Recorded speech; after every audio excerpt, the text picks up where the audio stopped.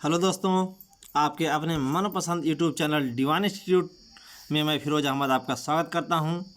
यदि आप चैनल पर पहली बार विजिट कर रहे हैं तो चैनल को सब्सक्राइब कर लें, पास में लगी बेल आइकन को प्रेस कर लें, जिससे हमारे द्वारा बनाई गई वीडियो की रेगुलर नोटिफिकेशन आप तक पहुँचती रहे।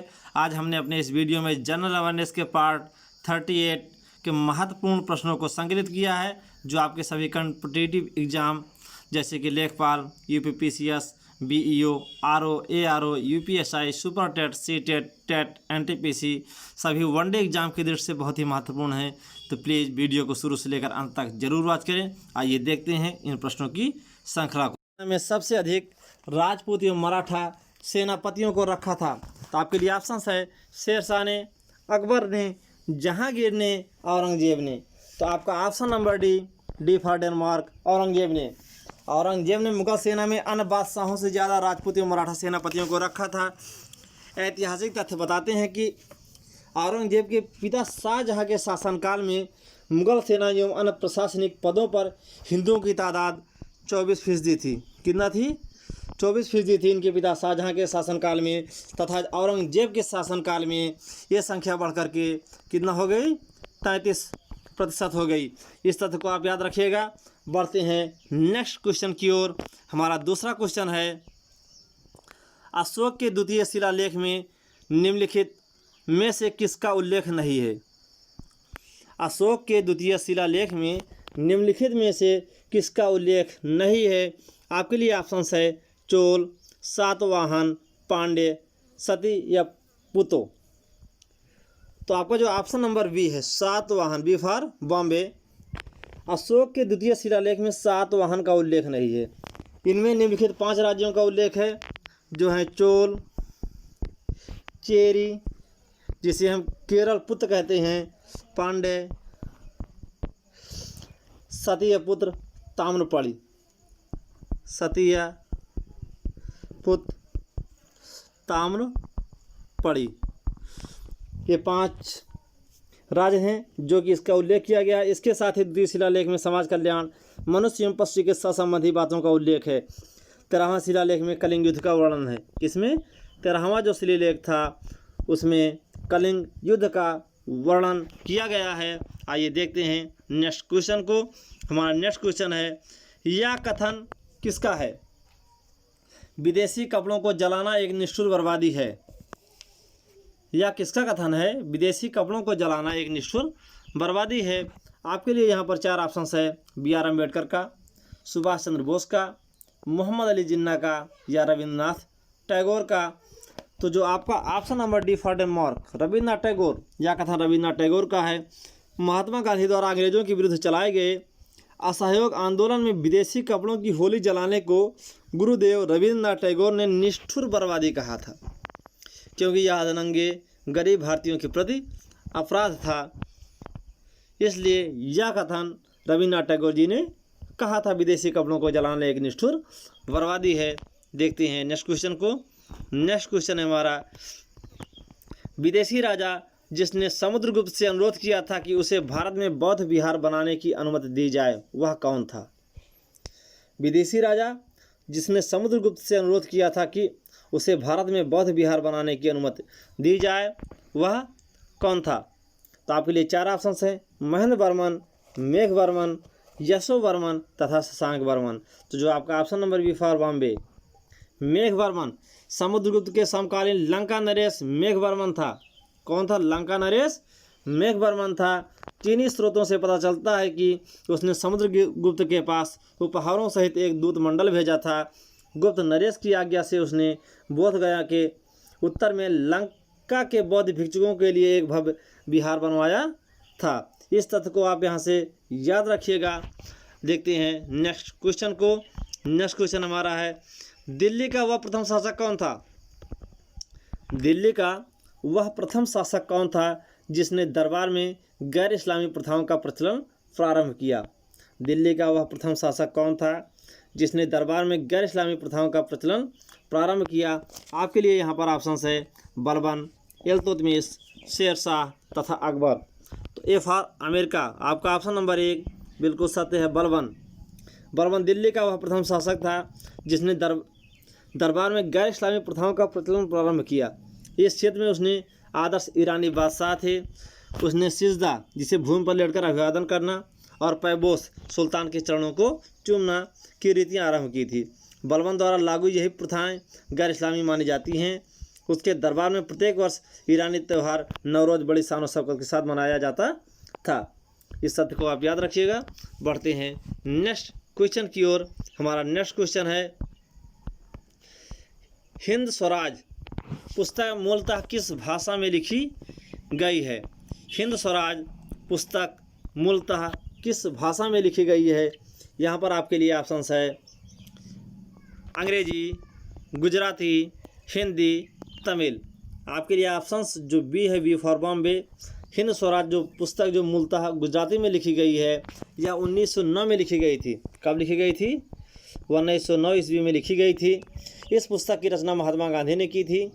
यह लगभग 30,000 शब्दों की एक लघु पुस्तिका है, जिसे गांधी जी ने इंग्लैंड से दक्षिण अफ्रीका की अपनी यात्रा के समय पानी के जहाज़ में लिखी थी। कहाँ पर लिखी थी? पानी की जहाज़ पर, इंग्लैंड से दक्षिण अफ्रीका की अपनी यात्रा के दौरान। इसमें भारत में अंग्रेज़ों ने यह कहते हुए प्रतिबंधित कर दिया था कि यह राजद्रोह घोषित सामग्री है। यह सर्वप्रथम दक्षिण अफ्रीका के साप्ताहिक पत्र इंडियन ओपिनियन में प्रकाशित हुई थी। किसमें? Indian opinion. इंडियन ओपिनियन में सर्वप्रथम प्रकाशित की गई थी। इस तथ्य को आप यहाँ से याद रखिएगा। बढ़ते हैं नेक्स्ट क्वेश्चन की ओर। नेक्स्ट क्वेश्चन हमारा, निम्नलिखित क्रांतिकारियों में से कौन गोरखपुर जेल में फांसी पाया था? निम्नलिखित क्रांतिकारियों में से कौन गोरखपुर जेल में फांसी पाया था? आपके लिए यहाँ पर ऑप्शंस है अशफाकुल्ला खां, रोशन सिंह, राजेंद्र लाहिड़ी तथा राम प्रसाद बिस्मिल। तो आपका option number D for Denmark, Ram Prasad Bismil जो गोरखपुर जेल में फांसी पाया था 9 अगस्त 1925 को घटित काकोरी कांड में। कब? 9 अगस्त 1925 ईस्वी में जो एक काकोरी कांड घटित हुआ था, उसमें कुल 29 क्रांतिकारी गिरफ्तार किए गए थे। इनमें अशफाकुल्ला खां, राम प्रसाद बिस्मिल, राजेंद्र लाहिड़ी तथा रोशन सिंह प्रमुख थे। इन पर मुकदमा चलाकर फांसी दे दी गई। अशफाकुल्ला खां को फैजाबाद में, अशफाकुल्ला खां को दिया गया था फैजाबाद में, फैजाबाद में दिया गया था। राम प्रसाद बिस्मिल को गोरखपुर में दिया गया था, राजेंद्र लाहिड़ी को गोंडा में तथा रोशन सिंह को इलाहाबाद में। राजेंद्र लाहिड़ी को गोंडा में दिया गया था, रोशन सिंह को इलाहाबाद में दिया गया था तथा राम प्रसाद बिस्मिल को गोरखपुर में दिया गया था। इस तथ्य को आप यहाँ से याद रखिएगा, ये आपके एग्जाम की दृष्टि से महत्वपूर्ण है। बढ़ते हैं नेक्स्ट क्वेश्चन की ओर। नेक्स्ट क्वेश्चन है, वानर सेना और मंजरी सेना संबंध किससे है? वानर सेना और मंजरी सेना किससे संबंधित है? आपके लिए यहाँ पर ऑप्शंस है असहयोग आंदोलन से, या सविनय अवज्ञा आंदोलन से, या खिलाफत आंदोलन से, या भारत छोड़ो आंदोलन से। तो आपके लिए जो option number B for Bombay, सविनय अवज्ञा आंदोलन। वानर सेना और मंजरी सेना का जो संबंध है, यह सविनय अवज्ञा आंदोलन 1930 से संबंधित है। गांधी जी द्वारा शुरू किए गए इस आंदोलन को लोकप्रिय बनाने हेतु बच्चों को लेकर वानर सेना तथा बालिकाओं को लेकर मंजरी सेना का गठन किया गया था। बच्चों को लेकर वानर सेना तथा बालिकाओं को लेकर मंजरी सेना का गठन किया गया था। इस तथ्य को आप यहाँ से बिल्कुल याद रखिएगा। देखते हैं नेक्स्ट क्वेश्चन को। हमारा नेक्स्ट क्वेश्चन क्या कह रहा है, महात्मा गांधी के साथ चंपारण सत्याग्रह में भाग लेने वाले सम्मिलित थे। क्वेश्चन है, महात्मा गांधी के साथ चंपारण सत्याग्रह में भाग लेने वाले सम्मिलित थे।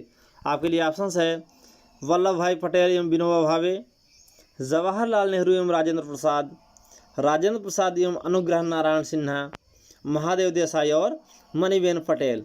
तो जो आपका option number C for Chennai. Champaran Satyagraha Bharat में गांधी जी की प्रथम सत्याग्रह था। यह तिनकठिया पद्धति के विरुद्ध गांधी जी ने 1917 कब 1917 में शुरू किया। तिनकठिया पद्धति के तहत किसानों को अपनी ज़मीन के 3/20वें भूभाग में नील की खेती करना अनिवार्य था। 3/20 20वें भूभाग पर, कितना, 20वें भूभाग पर नील की खेती करना अनिवार्य था। चंपारण आंदोलन में गांधी जी का साथ राजेंद्र प्रसाद, अनुग्रह नारायण सिन्हा, जेबी कृपलानी तथा महादेव देसाई आदि ने दिया था। तो यहाँ पर आपका ऑप्शन नंबर सी बिल्कुल सत्य है। इस तथ्य को आप यहाँ से याद रखिएगा। बढ़ते हैं नेक्स्ट क्वेश्चन की ओर। हमारा नेक्स्ट क्वेश्चन है, होम रूल आंदोलन का मुख्य ध्येय क्या था? होम रूल आंदोलन का मुख्य ध्येय क्या था? आपके लिए ऑप्शन है, ब्रिटिश शासन से भारत को हटाना। तो ऑप्शन 2 है, स्वतंत्रता की लड़ाई हेतु हिंदू मुस्लिम एकता बनाए रखना। ऑप्शन सी है, भारतीयों को अपना तथा स्वतंत्र शासन भारत में स्थापित करना। आपके लिए ऑप्शन डी है, भारत में ब्रिटिश साम्राज्य के अंदर स्वशासन प्राप्त करना। तो आपका जो ऑप्शन नंबर डी फर्डिनमॉर्क, यह बिल्कुल सत्य है। भारत में स्वशासन आंदोलन की जो शुरुआत हुई थी मूलतः यानी बेसेंट द्वारा 2 जनवरी 1914, इस तथ्य को याद रखिएगा। स्वशासन आंदोलन की शुरुआत एनी बेसेंट द्वारा जो 2 जनवरी 1914 को कॉमनवेल्थ पत्रिका के प्रकाशन के साथ की गई थी। कॉमनवेल्थ पत्रिका के प्रकाशन के साथ की गई थी। तिलक ने अप्रैल 2016 में होम रूल लीग की स्थापना की, जबकि एनी बेसेंट ने सितंबर 1916 में होम रूल लीग की स्थापना की थी। होम रूल आंदोलन अर्थात स्वशासन आंदोलन का मुख्य ध्येय भारत में ब्रिटिश साम्राज्य के अंदर स्वशासन प्राप्त करना था। तो इसलिए आपका ऑप्शन नंबर डी बिल्कुल सत्य है। इस तथ्यों को आप यहाँ से बिल्कुल याद रखिएगा। बढ़ते हैं नेक्स्ट क्वेश्चन की ओर। नेक्स्ट क्वेश्चन हमारा, द्वैध शासन प्रणाली भारत में कार्यान्वित रही। द्वैध शासन प्रणाली भारत में कार्यान्वित रही। आपके लिए ऑप्शन है 1919 से 1921 तक, 1919 से 1928 तक, 1921 से 1937 तक, 1930 से 1937 तक। जो आपका ऑप्शन नंबर सी है 1921 से 1937 ईस्वी तक यह कार्यान्वित रही। 1919 के अधिनियम की सबसे मुख्य विशेषता थी कि प्रांतों में उत्तरदायी सरकार की स्थापना के लिए द्वैध शासन व्यवस्था की शुरुआत। इस प्रणाली के जन्मदाता सर लियोनिल कॉटिस थे। सर लियोनिल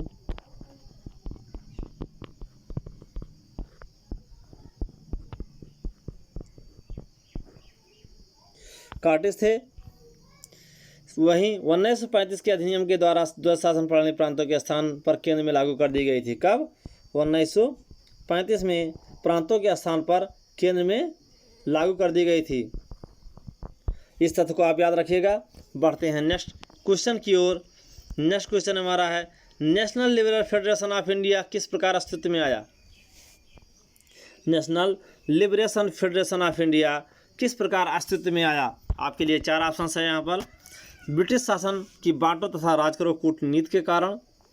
बी ऑप्शन है, कांग्रेस में नरमपंथियों तथा उग्रवादियों में मतभेद के कारण। आपके लिए ऑप्शन सी है, मुस्लिम लीग द्वारा कांग्रेस के समर्थन वापस लेने के कारण। तथा डी है, चौरी चौरा घटना के कारण।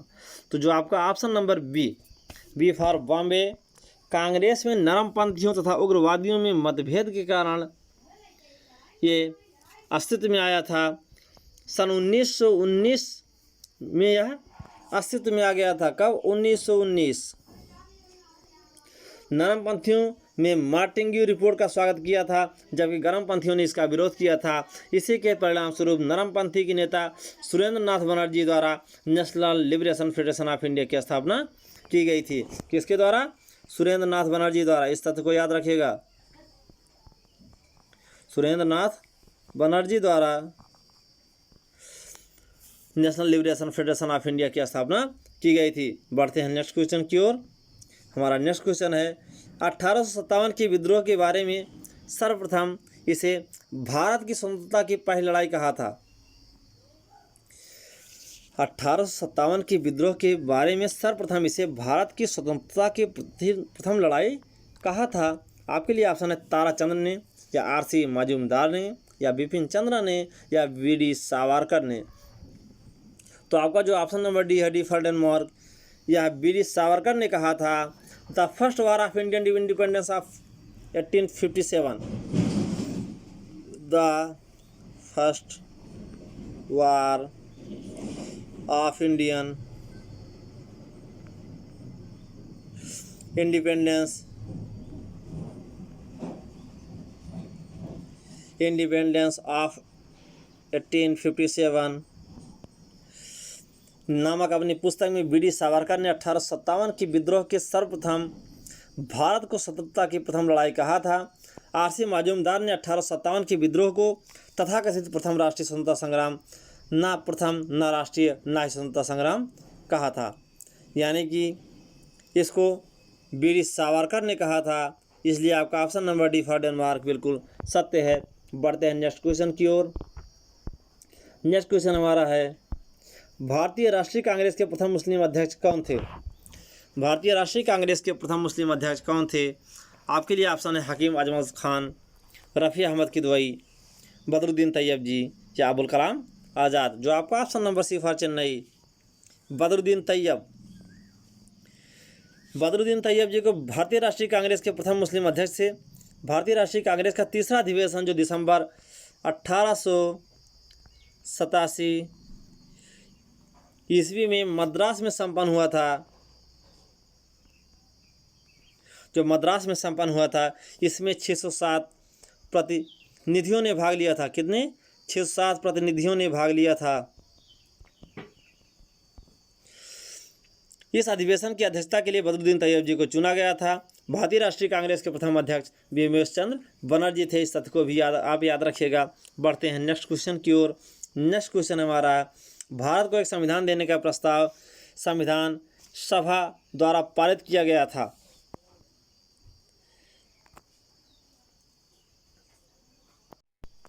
भारत को एक संविधान देने का प्रस्ताव संविधान सभा द्वारा पारित किया गया था।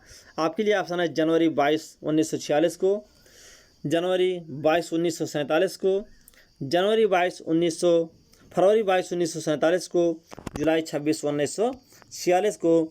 जो आपका ऑप्शन नंबर बी है, बी फॉर बॉम्बे, जनवरी 22, 1947 को यस भारत के एक संविधान देने का प्रस्ताव संविधान सभा में पारित किया गया था। गौरतलब है कि 13 दिसंबर 1946 को पंडित जवाहरलाल नेहरू ने संविधान का उद्देश्य प्रस्ताव सभा में प्रस्तुत किया था, जो जाकर के 22 जनवरी 1947 को संविधान सभा द्वारा भारत को एक संविधान देने का उद्देश्य प्रस्ताव पारित किया गया था। इस तथ्य को भी आप यहाँ से याद रखिएगा। बढ़ते हैं नेक्स्ट क्वेश्चन की ओर। नेक्स्ट क्वेश्चन है हमारा, उत्तर प्रदेश राज्य द्वारा राज्यसभा में भेजे जा सकने वाले प्रतिनिधियों की संख्या कितनी थी? उत्तर प्रदेश राज्य द्वारा राज्यसभा में भेजे जा सकने वाले प्रतिनिधियों की संख्या कितनी थी? यहाँ पर आपके लिए ऑप्शंस है 22, 32, 34, 38। जबकि इनमें से जितने भी ऑप्शन है वो आपका एक भी ऑप्शन सत्य नहीं है, क्योंकि उत्तर प्रदेश राज्य द्वारा राज्यसभा में भेजे जा सकने वाले प्रतिनिधियों की संख्या 31 है, जबकि उत्तर प्रदेश से लोकसभा भेजे जा सकने वाले प्रतिनिधियों की संख्या 80 है। उत्तर प्रदेश के से उत्तराखंड के अलग होने के पश्चात उत्तर प्रदेश की राज्यसभा की सीट 34 थी, किंतु उत्तराखंड से अलग होने के पश्चात उत्तर प्रदेश की टोटल संख्या कितनी रह गई? 31 रह गई। इसलिए इस ऑप्शन में 31 न होकर नहीं है, इसलिए इसमें से कोई ऑप्शन आपका सत्य नहीं है। भेजे जा सकने वाले की संख्या कितनी है? 31 है। इस तथ्य को याद रखिएगा। बढ़ते हैं नेक्स्ट क्वेश्चन की ओर। हमारा नेक्स्ट क्वेश्चन है, संविधान की निम्नलिखित अनुसूची में से कौन सी दल बदल विरोधी कानून से संबंधित था? संविधान की निम्नलिखित अनुसूचियों में से कौन सी दल बदल विरोधी कानून से संबंधित था? आपके लिए ऑप्शन है 19वीं, 10वीं, 11वीं, 12वीं। तो आपका ऑप्शन जो बी है, बी फॉर बॉम्बे, यह बिल्कुल सत्य है। संविधान की 10वीं अनुसूची दल बदल विरोध कानून के से संबंधित है। संविधान के 52वें संशोधन में 1985 के माध्यम से इस अनुसूची को संविधान में जोड़ा गया था। कब? संविधान के 52वें संशोधन 1985 में इसे जोड़ा गया था। 2003 में 91वें संविधान संशोधन के माध्यम से 10वीं अनुसूची में संशोधन कर केंद्र एवं राज्यों के मंत्रिपरिषद के आकार को सीमित कर दिया गया था। 2003 में 91, यानी जब 91वां संशोधन हुआ था 2003 में, तो केंद्र एवं राज्य के मंत्रिपरिषद के आकार को सीमित कर दिया गया था। आइए देखते हैं नेक्स्ट क्वेश्चन को। नेक्स्ट क्वेश्चन हमारा है, संविधान की प्रस्तावना सभी भारतीय नागरिकों को निम्न में से कौन सा एक उपलब्ध कराने के लिए वादा नहीं करती? संविधान की प्रस्तावना सभी भारतीय नागरिकों को निम्न में से कौन सा एक उपलब्ध कराने के लिए वादा नहीं करती? आपके लिए यहाँ पर 4 ऑप्शंस है: सामाजिक न्याय, राजनीतिक न्याय, विचार की स्वतंत्रता, पूजा की समानता। D for Denmark. आपका ऑप्शन नंबर डी बिल्कुल सत्य है। आपका ऑप्शन नंबर डी बिल्कुल सत्य है। भारतीय संविधान की प्रस्तावना भारतीय नागरिकों को पूजा की समानता उपलब्ध कराने का वादा नहीं करती। प्रस्तावना में 5 प्रकार की स्वतंत्रता है, जो कि विचार है, अभिव्यक्ति है, विश्वास है, धर्म है और उपासना का उल्लेख मिलता है, तथा 3 प्रकार के न्याय जैसे कि सामाजिक, आर्थिक और राजनीतिक का उल्लेख है, तथा 2 प्रकार की समता जैसे कि प्रतिष्ठा एवं अवसर को भी उपलब्ध कराने का वादा करती है। बढ़ते हैं नेक्स्ट क्वेश्चन की ओर। नेक्स्ट क्वेश्चन हमारा है, भारत के 11वें वित्त आयोग के अध्यक्ष कौन थे? भारत के 11वें वित्त आयोग के अध्यक्ष कौन थे? आपके लिए 4 ऑप्शंस है: T Andhar, M S Ahluwalia, A M Khusro, K C Pant. तो जो आपका ऑप्शन नंबर सी है, C for Chennai, A M Khusro 11वें वित्त आयोग के अध्यक्ष थे, जो संविधान के अनुच्छेद 280 के तहत प्रत्येक 5 वर्ष पर राष्ट्रपति द्वारा वित्त आयोग का गठन किया जाता है। 14वें वित्त आयोग के अध्यक्ष वाई वी रेड्डी थे, जबकि 1 अप्रैल 2020 से 31 मार्च 2025 तक के लिए गठित 15वें वित्त आयोग के अध्यक्ष कौन है? एन के सिंह। इस तथ्य को भी याद रखिएगा, एन के सिंह हैं। कब से कब तक? 2020 से 2025 तक 15वें वित्त आयोग के अध्यक्ष हैं। बढ़ते हैं नेक्स्ट क्वेश्चन की ओर। हमारा नेक्स्ट क्वेश्चन है, निम्नलिखित में से कौन सा वैश्वीकरण का मापदंड नहीं है? निम्नलिखित में से कौन सा वैश्वीकरण का मापदंड नहीं है? आपके लिए यहाँ पर 4 ऑप्शंस है: सार्वजनिक क्षेत्र के प्रतिष्ठानों में विनिवेश, आपका बी ऑप्शन है आयात शुल्क में कमी, सी ऑप्शन है रुपए को परिवर्तनशील बनाना, डी ऑप्शन है प्रत्यक्ष विदेशी निवेश को स्वच्छंदतापूर्वक आने देना। तो ए फॉर अमेरिका, सार्वजनिक क्षेत्र के प्रतिष्ठानों में विनिवेश वैश्वीकरण का मापदंड नहीं है। सार्वजनिक क्षेत्र के प्रतिष्ठानों में विनिवेश वैश्वीकरण का मापदंड नहीं है, जबकि आयात शुल्क में कमी, रुपए को परिवर्तनशील बनाना तथा प्रत्यक्ष विदेशी निवेश को स्वच्छंदतापूर्वक आने देना ये वैश्वीकरण के तहत आता है। इसलिए आपका ऑप्शन नंबर ए बिल्कुल सत्य है। इस बढ़ते हैं नेक्स्ट क्वेश्चन की ओर। नेक्स्ट क्वेश्चन हमारा है, संविधान के अनुच्छेद 226 के अंतर्गत उच्च न्यायालय द्वारा दिया गया निर्देश परिवर्तित किया जा सकता है। आपके लिए ऑप्शन है राज्य के विधि मंत्री द्वारा, बी ऑप्शन है राज्य सरकार द्वारा, सी ऑप्शन है राज्य के राज्यपाल द्वारा, या उपरोक्त में से कोई नहीं।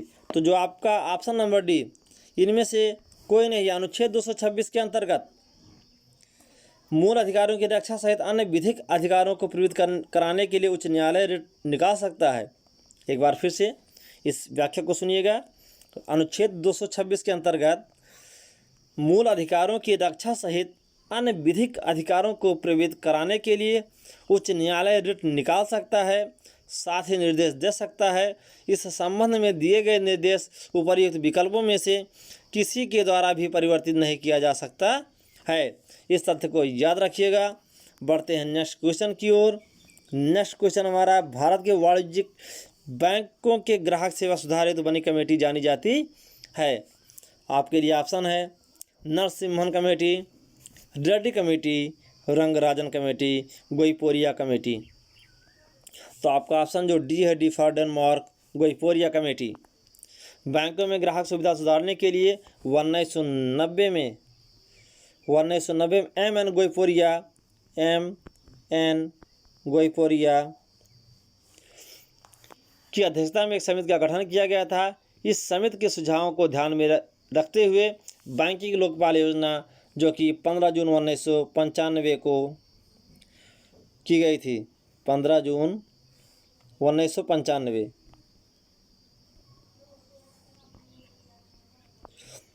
15 जून 1995 को की गई थी। इस तथ्य को याद रखिएगा। बढ़ते हैं नेक्स्ट क्वेश्चन की ओर। नेक्स्ट क्वेश्चन हमारा 1991 में प्रत्यक्ष विदेशी पूंजी निवेश का सबसे बड़ा हिस्सा किस क्षेत्र में गया था?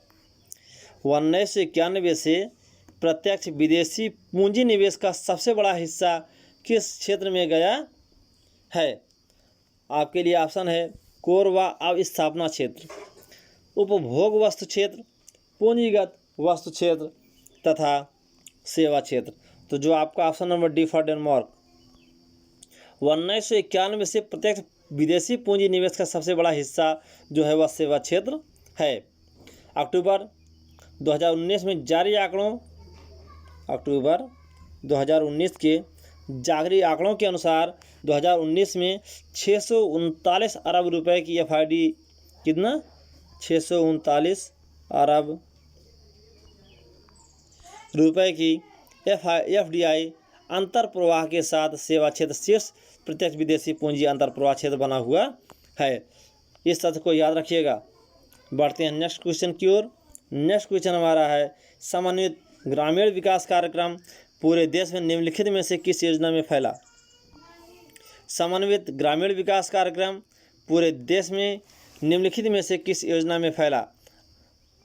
चतुर्थ योजना, पांचवी योजना, छठी योजना, आठवीं योजना। आपके लिए ऑप्शन सी बिल्कुल सत्य है। समन्वित ग्रामीण विकास कार्यक्रम पूरे देश में जो है छठी पंचवर्षीय योजना जो कि 1980 से कब तक थी 1985 में फैला था। इस कार्यक्रम को भारत सरकार द्वारा सन 1980 के दौरान लागू किया गया था। IRDP का उद्देश्य जो था गरीबों को रोजगार के अवसर प्रदान करने के साथ साथ उनके कौशल को विकसित करने का भी अवसर प्रदान करना था।